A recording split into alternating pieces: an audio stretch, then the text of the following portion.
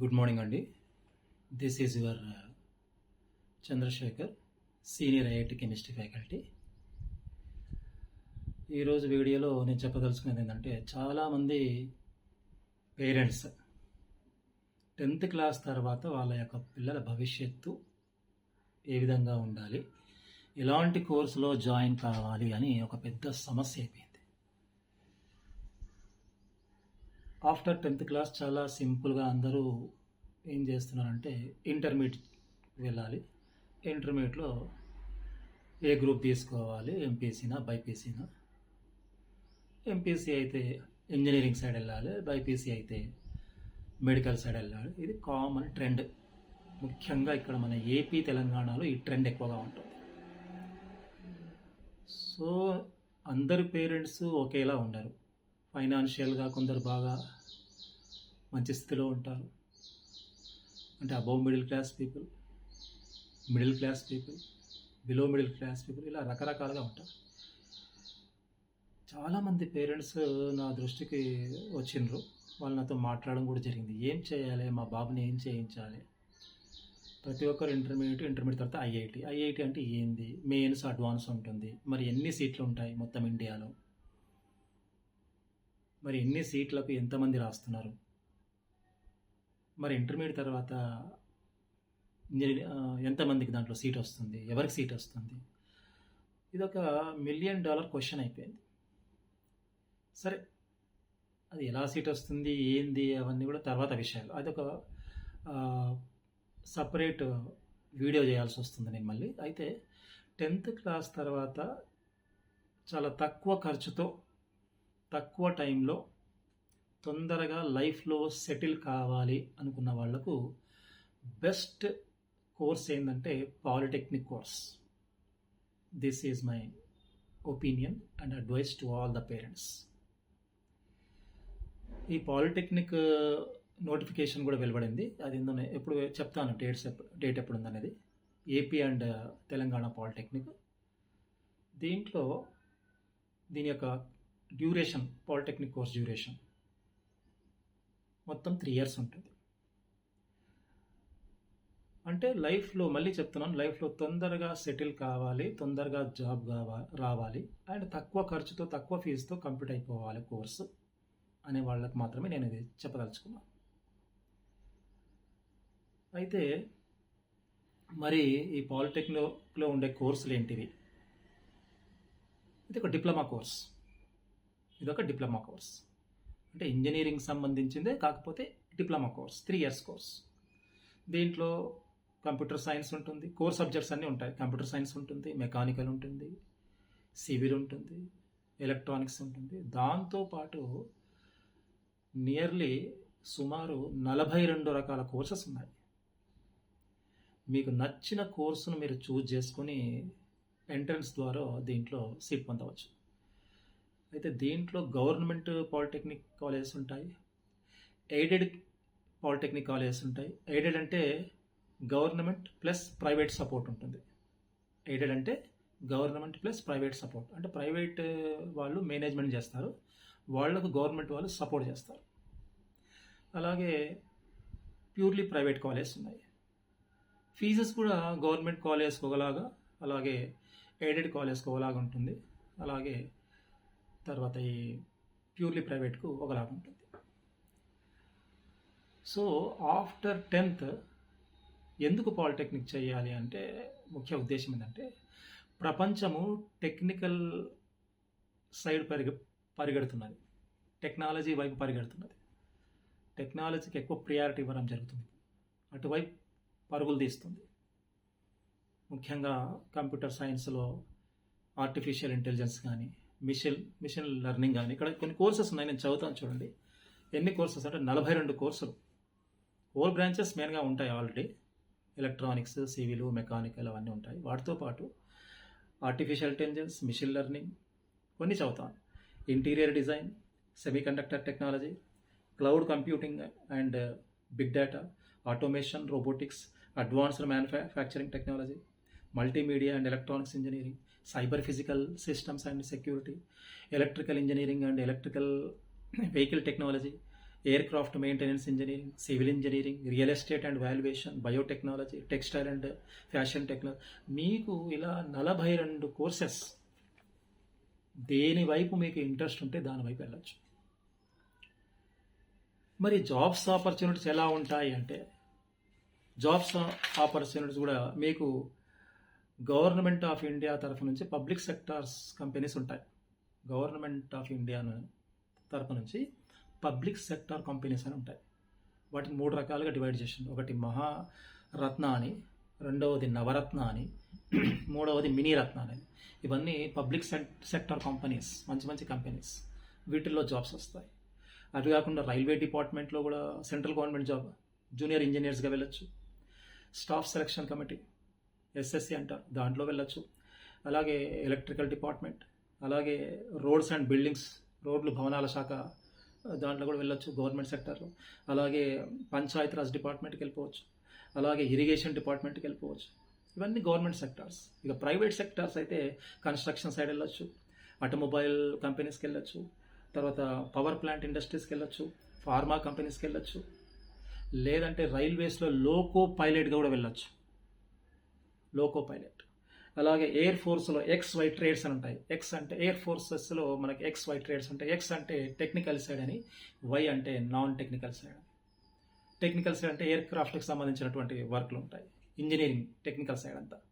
Non technical అంటే administration side, accountant కానీ ఏదైనా రకరకాలు ఉంటాయి, అలా వెళ్ళొచ్చు.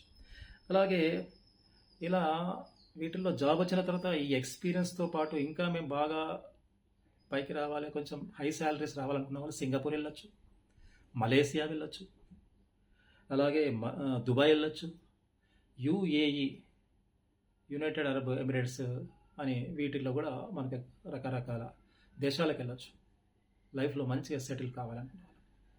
ఇన్ని అవకాశాలు ఉన్నాయి. సో కాబట్టి పాలిటెక్నిక్ తర్వాత మళ్ళీ లేదు నేను ఇంజనీరింగ్ వెళ్ళాలంటే వెళ్ళొచ్చు. డైరెక్ట్ సెకండ్ ఇయర్ బీటెక్లోకి వెళ్ళొచ్చు. After 3 years polytechnic year direct second year బీటెక్లోకి వెళ్ళిపోవచ్చు. డైరెక్ట్ BSc సెకండ్ ఇయర్లో కూడా పోవచ్చు.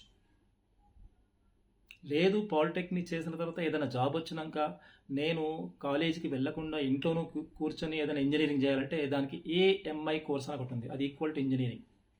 అంటే association member of the institute of engineering అంటారు దాన్ని, AMI అంటారు. అది ఈక్వల్ టు ఇంజనీరింగ్. ఇంజనీరింగ్ వాళ్ళకి ఎంత ప్రియారిటీ ఇస్తారో దీనికి కూడా అంత ప్రియారిటీ ఇస్తారు. మరి ఫీజెస్ ఎలా ఉంటాయి?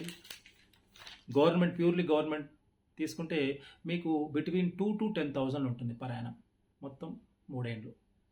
సార్ అప్రాక్సిమేట్లీ మనం ఒక 2 to 10 అంటే ఒక 5,000 వేసుకుందాం, లేదా 10,000 వేసుకోండి, అంతే. 10 ముళ్ళ 30, 30,000 ఫర్ 3 years కోర్స్. గవర్నమెంట్ నేను మాట్లాడేది అంటే మంచి ర్యాంక్, మంచి మార్కులు వస్తాయి. అలాగే కొద్దిగా ప్రైవేట్ కాలేజ్కి వెళ్తే మీ ఫీజు ఎంత ఉంటుందంటే, అంటే ఇప్పుడు చెప్పినట్లు ఎయిడెడ్ కాలేజ్ దాంట్లో 10,000 to 30,000 ఉంటుంది పర్ ఇయర్. ప్యూర్లీ ప్రైవేట్ అంటే ఎంత ఉందంటే 25,000 to 80,000 ఫీజు ఉంటుంది.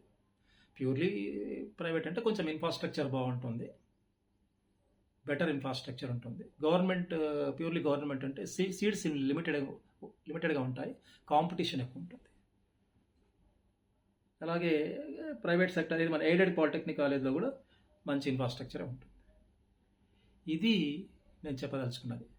సో తక్కువ టైంలో తక్కువ ఫీజుతో తొందరగా లైఫ్లో సెటిల్ కావాలనుకున్న వాళ్ళు, టెక్నికల్ సైడ్ ఇంట్రెస్ట్ ఉన్న వాళ్ళు ఇటువైపు వెళ్ళడం మంచిది.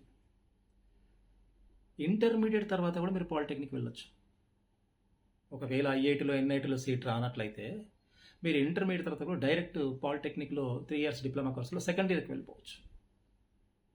ఈ అవకాశం కూడా ఉంది. అలాగే ITI చేసిన వాళ్ళు కూడా డైరెక్ట్ సెకండ్ ఇయర్కి వెళ్ళిపోవచ్చు. ITI, నేను IIT కాదు నేను చెప్పేది, ITI. I'm saying what ITI అంటే ఏంటి? Industrial training institute. అది చేసిన వాళ్ళు కూడా డైరెక్ట్ వెళ్ళవచ్చు. ఇలా ట్రిమండస్ స్కోప్స్ ఉన్నాయి. కాబట్టి దయచేసి పేరెంట్స్ 10th class అయిపోయిన పిల్లల విషయంలో చాలా జాగ్రత్తగా ఆలోచించి అడుగు ముందుకు వేయండి. ఇది మంచి అవకాశము పాలిటెక్నిక్ అనేది. టెక్నికల్ సైడ్ ఇంట్రెస్ట్ ఉన్న వాళ్ళు మాత్రం ఖచ్చితంగా చూస్ చేసుకోవచ్చు. అయితే తెలంగాణ వాళ్ళకు ఏపీ పాలిటెక్నిక్ డిఫరెన్స్ ఏంటంటే, తెలంగాణ పాలిటెక్నిక్లో బైపీసీ వాళ్ళు కూడా ఇటువైపు రావచ్చు. అంటే బయాలజీ ఎక్స్ట్రా సబ్జెక్ట్ ఉంటుంది. మార్కులు మొత్తం 120 మార్కులు ఉంటాయి. బయాలజీ కనుక రాస్తే ఎంత ఉంటుందంటే మొత్తము 150 మార్కులకు ఉంటుంది. మామూలుగా ఎంపీసీ బ్యాక్గ్రౌండ్ ఉన్న వాళ్ళు మాత్రము మ్యాథ్స్, ఫిజిక్స్, కెమిస్ట్రీ రాయదలుచుకున్న వాళ్ళు 120 మార్కులకు, లేదు బయాలజీ కూడా రాయాలనుకున్న వాళ్ళకి 150 మార్కులతో మొత్తం టోటల్ పేపర్ ఉంటుంది. ఇట్లా మన తెలంగాణ వెబ్సైట్ వాళ్ళు ఈ విధంగా ఎంట్రన్స్ కండక్ట్ చేస్తున్నారు. అంటే బయాలజీ వాళ్ళకి ఏముంటుంది సార్ అంటే, ఇక్కడ బయాలజీ వాళ్ళకు రెగ్యులర్ ఏముంటుందంటే అగ్రికల్చర్ పాలిటెక్నిక్ అని వ్యవసాయానికి సంబంధించింది, అదేవిధంగా వెటర్నరీ పాలిటెక్నిక్ పశువులకు సంబంధించింది, అదేవిధంగా హార్టికల్చర్ పాలిటెక్నిక్ అంటే పండ్ల తోటలు. అంటే బయాలజీ బ్యాక్గ్రౌండ్ సంబంధించిన కూడా డిప్లొమా కోర్సెస్ కూడా దీంట్లో ఉంటాయి. రెగ్యులర్ పాలిటెక్నిక్ ఉంటుంది. ఇప్పుడు నేను చెప్పిన ఈ కోర్సులని, ఈ 42 కోర్సులు, వాటితో పాటు స్పెషలైజ్డ్ బయాలజికల్ బ్యాక్గ్రౌండ్ ఉన్న వాళ్ళు కూడా చేయాలనుకున్న వాళ్ళు, బ్యాక్గ్రౌండ్ ఇంట్రెస్ట్ చేయాలనుకున్న వాళ్ళు ఇలాంటి కోర్సెస్ కూడా చేసి, ఇది ఓన్లీ తెలంగాణ పాలిటెక్నిక్లో ఉంటుంది, ఏపీ పాలిటెక్నిక్లో లేదు. సో దీనికి మరి లాస్ట్ డేట్ ఏది, మన తెలంగాణ డేట్ ఎప్పుడు వచ్చిందంటే April 20th లాస్ట్ డేట్ ఉంది. అలాగే ఎగ్జామ్ డేట్ May 13th ఉంటుంది. అలాగే ఏపీ ఎంసెట్ తీసుకుంటే April 4th లాస్ట్ డేట్ ఉంది, April 25th ఎంట్రన్స్ ఉంది. మిగతా డీటెయిల్స్కి మీరు వెబ్సైట్లోకి వెళ్తే అన్ని విషయాలు తెలుస్తాయి. కాబట్టి మరి ఎలా ప్రిపేర్ కావాలంటే వెరీ సింపుల్. 10th క్లాస్లో ఉన్న మ్యాథ్స్, ఫిజిక్స్, కెమిస్ట్రీ, బయాలజీ చక్కగా చదువుకుంటే చాలు. Previous PYQs, previous years questions అంటారు. లాస్ట్ 5 years పాలిటెక్నిక్ ఎంట్రన్స్ సంబంధించిన క్వశ్చన్ పేపర్లు బయటకు తీసి మీరు మోడల్స్ చూస్తే తెలిసిపోతాయి. అదేవిధంగా ఒక 10 మాక్ టెస్టులు రాయాలి, మీరు ప్రాక్టీస్ చేయాలి. ఈచ్ అండ్ ఎవ్రీ లెసన్ బాగా చదివి చాప్టర్ చివరిలో ఉన్నటువంటి మెయిన్ పాయింట్స్ అని బాగా దృష్టిలో పెట్టుకుంటే ఆబ్జెక్టివ్ మేనర్లో మీకు ఎంట్రన్స్ ఉంటుంది. కాబట్టి maths, physics, chemistry, biology books పర్ఫెక్ట్గా చదివితే చాలు, that is more than enough. And ఈ మాక్ టెస్ట్లు బాగా ప్రాక్టీస్ చేయాలి, ప్రీవియస్ ఇయర్స్ బాగా చూసుకోవాలి క్వశ్చన్ పేపర్స్. అలాగే మరి ఒకవేళ మరి క్వశ్చన్ పేపర్ విధానం ఎలా ఉంటుంది, ఎన్ని మార్కులు ఉంటాయంటే, తెలంగాణ వాళ్ళ తీసుకుంటే మ్యాథ్స్ 60 మార్క్స్ ఉంటుంది, ఫిజిక్స్ 30 ఉంటుంది, కెమిస్ట్రీ 30 మార్క్స్, బయాలజీ 30 మార్క్స్. అంటే రెగ్యులర్ పాలిటెక్నిక్తో పాటు బయాలజీ వాళ్ళు కూడా బయాలజీకి సంబంధించి రాయాలనుకుంటే మొత్తం 150 మార్కులు. లేదు ఓన్లీ రెగ్యులర్ పాలిటెక్నిక్ అంటే 150 మార్కులే, maths, physics, chemistry. Regular polytechnic అంటే very simple, maths, physics, chemistry ఉంటుంది. రెగ్యులర్ పాలిటెక్నిక్తో పాటు బయాలజికల్తో సబ్జెక్ట్ రాయాలనుకున్న వాళ్ళకు మ్యాథ్స్ ఉంటుంది, ఫిజిక్స్ ఉంటుంది, కెమిస్ట్రీ ఉంటుంది, బయాలజీ ఉంటుంది. మ్యాథ్స్, ఫిజిక్స్, కెమిస్ట్రీ, బయాలజీ రాయాల్సిన వాళ్ళకు 150 మార్కులు ఉంటాయి. బయాలజీ లేదు అనుకుంటే 120 మార్కులు. సో మ్యాథ్స్ 60 ఉంటుంది, ఫిజిక్స్ 30 ఉంటుంది, కెమిస్ట్రీ 30 ఉంటుంది, బయాలజీ 30 ఉంటుంది. ఈ సబ్జెక్ట్స్ మీరు పర్ఫెక్ట్గా చదివితే ఈజీగా మీరు ఎంట్రన్స్ క్రాక్ చేయొచ్చు, easy to get the seat. మంచి ర్యాంక్ వస్తే గవర్నమెంట్ సీట్ వస్తుంది. సో దయచేసి పేరెంట్స్ దీన్ని దృష్టిలో పెట్టుకొని తొందరపడకుండా మంచి నిర్ణయం తీసుకొని ఈ పాలిటెక్నిక్ సైడ్ వెళ్ళడం ఎంతవరకు సమంజసం అనేది 1కి 10 సార్లు ఆలోచించి నిర్ణయం తీసుకోండి. This is my advice to all of you. Thank you to all of you. ఈ వీడియో నచ్చితే ప్లీజ్ సబ్స్క్రైబ్ చేయండి.